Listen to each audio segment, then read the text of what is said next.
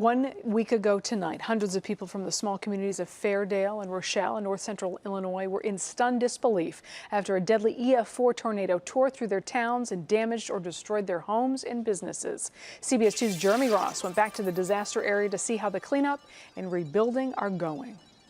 Media toured the area with the most damage for about 30 minutes today. Eventually, everyone was asked to leave as daylight left.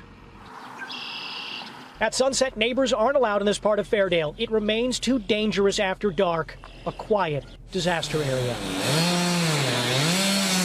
The loud work during the day, however, brings the community closer to normalcy. More than 1,600 volunteers helped to sort through hundreds of tons of debris. It is not far from a now exposed house foundation, once home to tornado victim Jerry Schultz. Large and extremely dangerous tornado was located just west of Kirkland.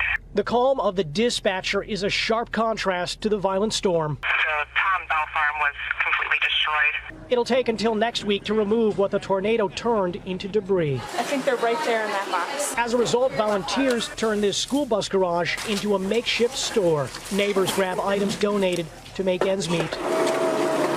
For the last week, the cycle of loud steps towards rebuilding continues to be followed by the silence after the deadly storm. They'll make every effort to get back to normal. It may not be exactly the same, but the folks who are determined to do that, I think, will succeed. The configuration may be different, but the people's determination will be the same. The sheriff says there are reports of people collecting money for tornado victims and possibly pocketing it for themselves. They remind people if you do want to donate, make sure to go through the appropriate channels. Outside the Kirkland Fire Department, Jeremy Ross, CBS 2 News.